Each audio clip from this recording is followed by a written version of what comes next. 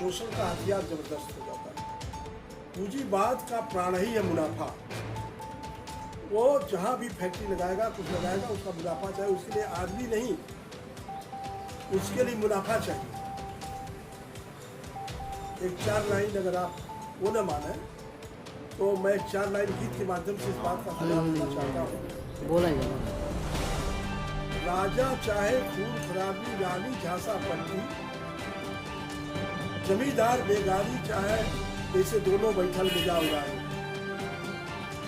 पूंजीपति की एक चिंता कैसे बढ़ी मुनाफा, ओकरे लेके आदमी बाटे रुपया उड़ी पाई। वही है गरीबे गरीब किसान, गरीब से चाहे किसी जात का गरीब हो,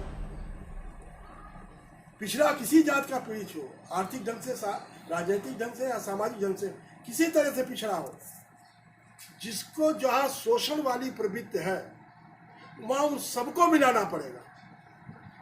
अब ये आता है राजनीतिक चेतना। राजनीतिक चेतना के धरातल पर एकजुट करना होगा। और आज पूंजीवादी शिक्षा में गरीब को शिक्षा तो मिलना ही नहीं है। अब इसका विकल्प क्या है? देश बहुत बड़ा है, न केवल उत्तर प्रदेश है, न 5 राज्य चुनाव हुई, इतना ही बड़ा है। इस बड़े देश के लिए बाबा साहब खाका खींचे थे ना। पहला जोर ज्ञान पर था, क्योंकि बाबा साहब जिनको अनुयायी थे गौतम बुद्ध, वो ज्ञान की शरण में गए हैं, ज्ञान की खोज में गए हैं। तपस्या किया 6 वर्ष तक, 29 साल घर छोड़ के। और हमारे लोग राजपाट छोड़ के गया है वो तपस्या करने, ज्ञान की खोज में, कि इनके क्वेश्चन के निवारण के लिए कौन सा ज्ञान, कौन सा विज्ञान। हमारे दलित वर्ग के लोग, पिछड़े वर्ग के लोग, छोटे घर के लोग राजपाट के लिए राजनीति में जा रहे हैं, समाज सेवा नहीं। तो यहाँ बहुत दृढ़ संकल्पित होना जरूरी है। भगत सिंह कहे थे कि तुम सुन लियो मत मानो, पढ़ लियो मत मानो, अपने विचारों की तर्क की कसौटी पर कसो, कौन सही है कौन गलत है।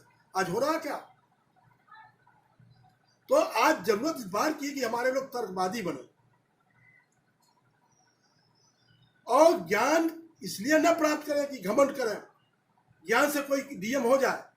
नहीं, क्या समाजवादी समाज बना पाएगा पूंजीवादी व्यवस्था में? शिक्षा में कोई लेक्चरर प्रोफेसर हो जाए, समाजवादी शिक्षा बना पाएगा? तो पहली तो यहाँ हो नीट और क्लीन शिक्षा, सबके लिए समन्वित शिक्षा।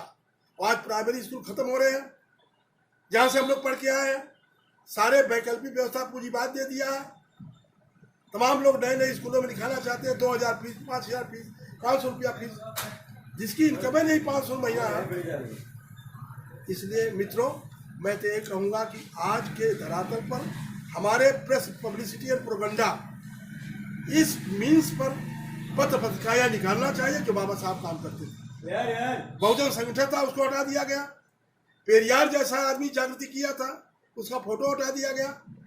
फिर भी दलित का, बहुजन का वोट, बहुमत का वोट किसको जा रहा? तो हम तो यही कहेंगे, शिक्षा को आधार मानिए। शिक्षा शेरनी का दूध है, विद्या जो पढ़ेगा गुरेरेगा। वो पढ़ने ही बंद कर दिया जा रहा, ज्ञान चक्ष खोलने से पहले इसलिए हर हालत में हमको हर क्षेत्र में संगठित, सुसंगठित होकर बाबा साहब पालनों से आज धरना, आंदोलन, प्रदर्शन करना पड़ेगा। बिना संघर्ष के कुछ मिलने वाला नहीं है।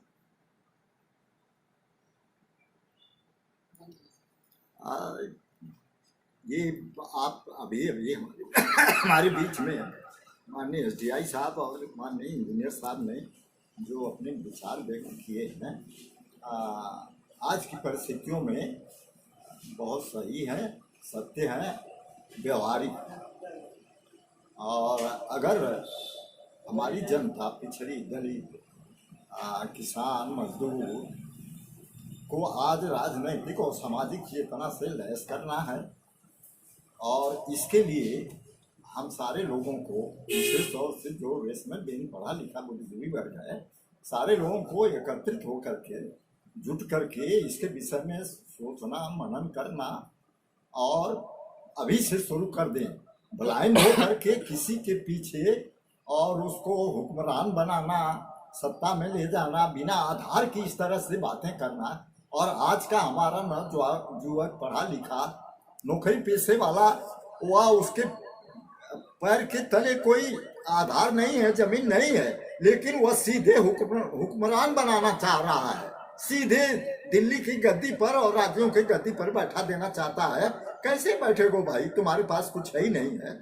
उसके लिए तो विकल्प की जरूरत है, उसके लिए साधन की जरूरत है। पहले साधन तो इकट्ठा करो, पहले आपस में बैठ के तो सोचो। बैठ के सोचने की स्थिति में नहीं है।